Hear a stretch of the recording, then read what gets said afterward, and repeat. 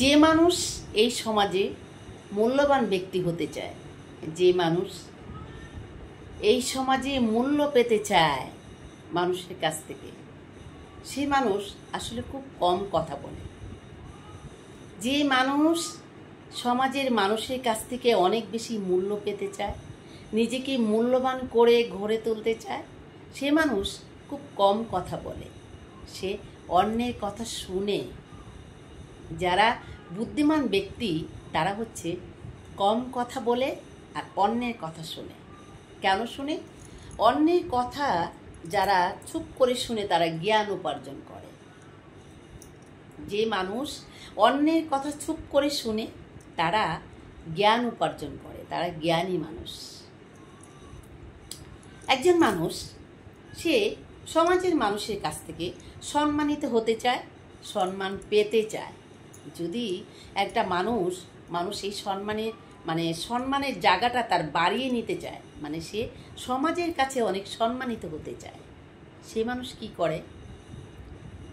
সব জায়গায় চট করে চলে যায় না, একজন ডাকার আগেই সেখানে চলে যায় না।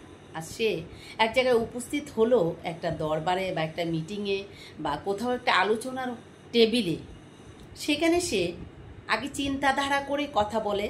তারপর সে ভেবে নেয় আমি যে সেখানে যাব, আমার উপস্থিতিটা কতজন মানুষকে খুশি করতে পারবে বা কারা কারা আমাকে ইম্পর্টেন্ট দিবে, সেটা চিন্তা করেই সে সেখানে উপস্থিত হয়।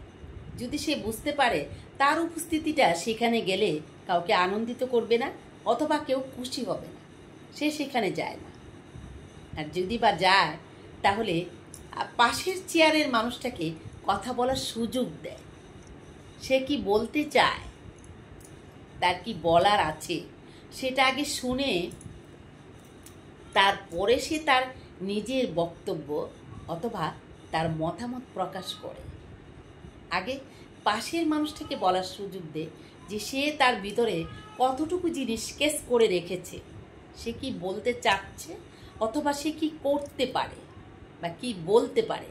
সেই মানুষটাকে বলতে না দিলে সে কিছুতেই বুঝতে পারবে না সে কি বলতে চাচ্ছে। জ্ঞানী মানুষরা আসলে ছট করে কোনো ডিসিশন নেয় না, কোনো ডিসিশন দেয় না, আর ছট করে কোনো কথা বলে না। আগে পাশের মানুষটাকে বলতে দেয়, সে কি বলতে চাচ্ছে, সেখান থেকে সে ধরে নেয় সেই বিচারটা কোথায় গড়াতে পারে। তখন সে বুঝে শুনে কথা বলে, গনে গনে কথা বলে। কেননা তার কথার উপরে অনেক কিছু ডিপেন্ড করছে। সে যদি সেখানে একটা আলোচনার টেবিলে বসে, ধরুন আপনি একটা আলোচনার টেবিলে বসেছেন, সেখানে বসে যদি আপনি যুক্তি ছাড়া কথা বলেন, তাহলে আপনাকে যে চেয়ারটা দেওয়া হয়েছে সেই চেয়ারটার মূল্য থাকবে না, আপনি আপনার নিজের মূল্য নিয়ে সেখান থেকে আসতে পারবেন। তাহলে সেই জন্য সেই জ্ঞানী মানুষটা যখন কথা বলার আগে সে সব কিছু চিন্তা ভাবনা করে, পরিদর্শন করে, সবার কথা শুনে সেখান থেকে সে ডিসিশন নিয়ে তারপর কথা বলে।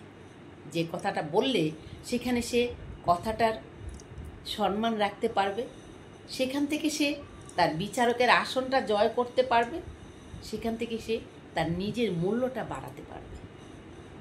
তাই জ্ঞানী মানুষ যারা, তারা ছট করে কোনো কথা বলে না, কোথাও গিয়ে অ্যাভেলেবেল হয় না, আর কোনো দরবারে বা কোনো বিচারকের টেবিলে বা কোনো আলোচনায় বা কোনো গ্রামের দরবারে গিয়ে চট করে কোনো কথা কারো উপর চাপিয়ে দেয় না।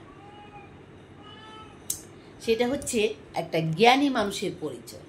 আপনি যদি সমাজের মানুষের কাছে আপনার সম্মান বাড়াতে চান, সমাজের মানুষের কাছে আপনার উঁচু মাথাটা আরও উঁচু করতে চান, তাহলে আপনাকে প্রথমতে আপনাকে কি করতে, কথা কম বলে মুখ বন্ধ করে রাখতে হবে।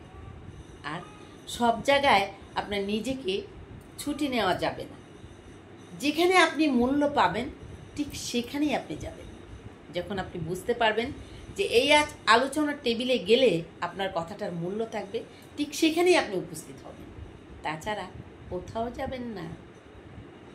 জ্ঞানী মানুষরা কিন্তু সেই কাজগুলোই করে।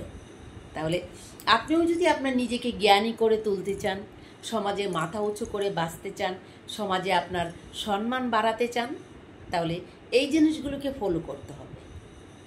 এই কিছু গুণাগুণ আপনার মধ্যে থাকতে হবে, তাহলেই আপনি এই সমাজে মাথা উঁচু করে চলতে পারবেন, এই সমাজে সম্মান বাড়াতে পারবেন, আর আপনি সম্মানিত হতে পারবেন। তাহলে যারা সম্মানিত ব্যক্তি এবং জ্ঞানী, বাট যারা নিজের সম্মান বাড়াতে চায়, তারা সব জায়গায় অ্যাভেলেবেল হয় না, সব জায়গায় কথা বলে না, আর সবাইকে কথা বলতে সুযোগ করে দেয় নিজে শেষ দানটা। প্রিয় বন্ধুরা, তাহলে আজ আমি এখান থেকে বিদায় নিচ্ছি। এটাই কথা রইল, যারা সমাজে মাথা উঁচু করে বাঁচতে চান, সমাজে নিজের সম্মান বাড়াতে চান, তাহলে সেই গুণাগুণগুলোই আপনাদের মধ্যে থাকতে হবে। তাহলে আজ এখান থেকে বিদায় নিচ্ছি, দেখা হবে অন্য কোনো ভিডিওতে। সে পর্যন্ত আল্লাহ হাফেজ, টাটা।